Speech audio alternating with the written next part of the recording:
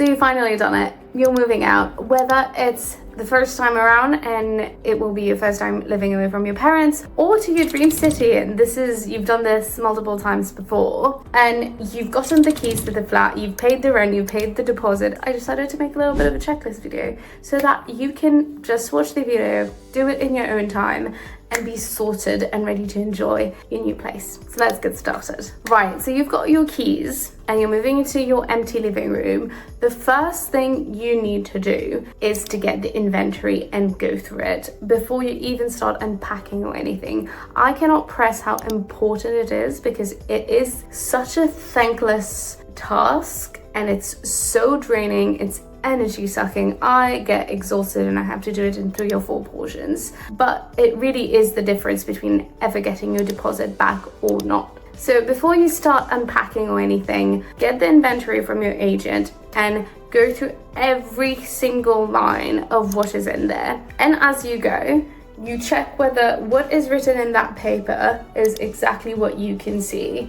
If not, you add notes. In an ideal world, you want to do it the second you move in, but there is a grace period of at least like 48, 72 hours. But make sure you actually do this and email this to your agent, because when it comes to when you're moving out, so thinking future you there, this is the one document that will protect you from your landlord claiming, oh, you broke the bed. But what if the bed was already broken before you moved in? So things like that. And while going through this process, I would also recommend taking pictures, taking videos, document as much as you possibly can. Many a times this laborious task will not be needed because your landlord or your estate agent is pretty good. But in the situation that you end up with that one bad apple agent or one bad apple agency or even one bad apple landlord, you can protect yourself. I have lost my deposit once to a company named Victor Stone for the stupidest reason, and that was the first time I was renting as well, and I was like, never again. And ever since then I've gotten all of my deposits back,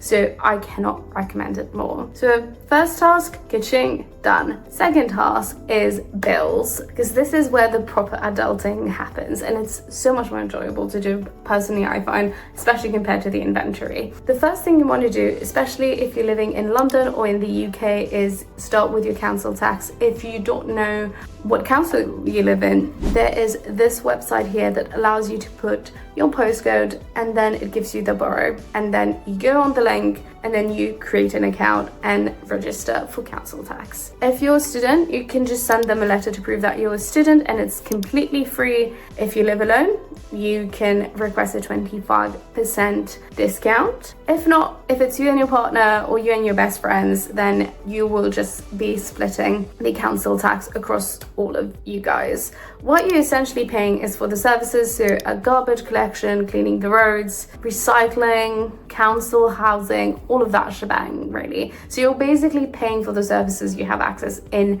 your neighborhood. You really cannot control how much council tax you're paying for the flat that you're living in, because your flat is what determines what council tax you pay in. If you end up with a really high council tax bill, just keep that in mind, and then when you can get out of your lease, you just move to a much cheaper neighborhood. That would be my general advice. So moving on to the second thing that is quite easy to get out of the way is setting your bills with water. From my personal experience of living in London, we only have Thames Water as the water supplying company. If you're in a different part of UK, I would recommend putting your postcode in this website, which tells you what company serves your area, because I think they work more in monopoly kind of ways. And it's pretty simple. You find out your company, you go on their website, you type in all your details, and then you set your direct debit. And then that's a second bill out of the way.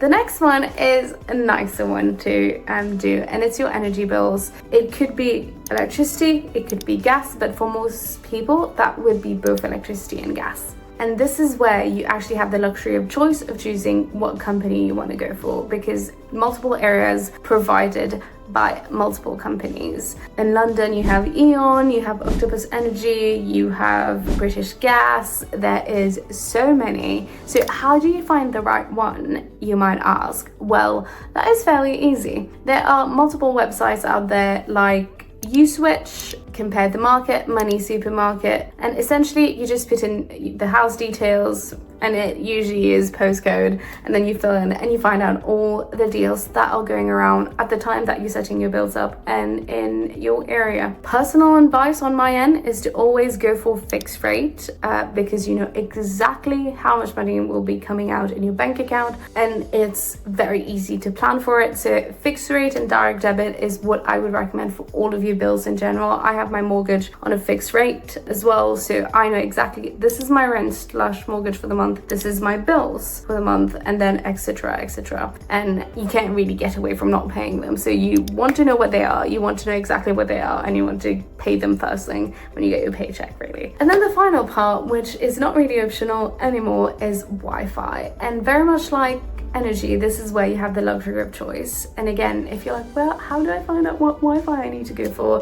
Website I've recommended again, so you switch, compare the market and money supermarket, put in your details, and then find the Wi-Fi deal that works best for you. Same process, just a different utility. One thing that people often forget, and this is just something I want on your radar so that you can make an educated decision of whether that is a good idea for you or not, is getting home contents insurance, especially if you're investing in things like good cookware like Le Creuset or furniture, and sofas are very expensive nowadays. Should you get ransacked, are you willing to pay that money again to buy that again? If the answer is no, it's just worth getting the insurance. They are usually about like a tenner a month, I think, and it gives you the sanity of just going to sleep every night being like, oh, if thieves come and steal absolutely everything in my house, I am covered. I will be given the money to buy it again, and it wouldn't come at my expense. Now that we've got the admin out of the way, it's deep clean time. If you have a solid landlord or estate agent, they would have ensured that your place was professionally clean before you moved in. But if you're a germaphobe like me,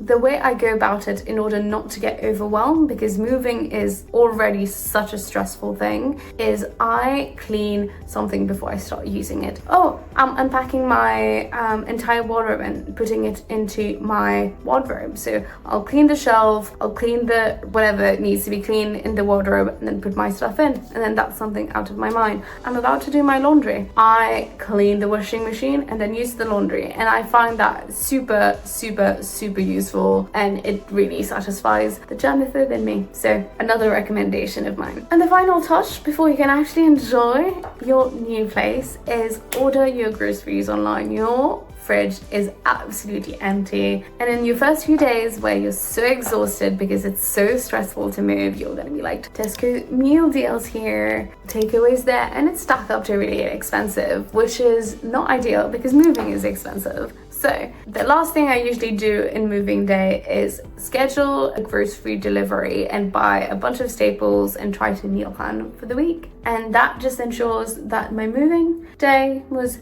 the least stressful thing in the entire world. I'm so happy that you guys are enjoying the London Living series. If you have any suggestion, please let me know. I'm happy to hear all of your thoughts down below in the content. And if you're looking for more content like this is probably a good idea. So go ahead and watch it. Bye guys.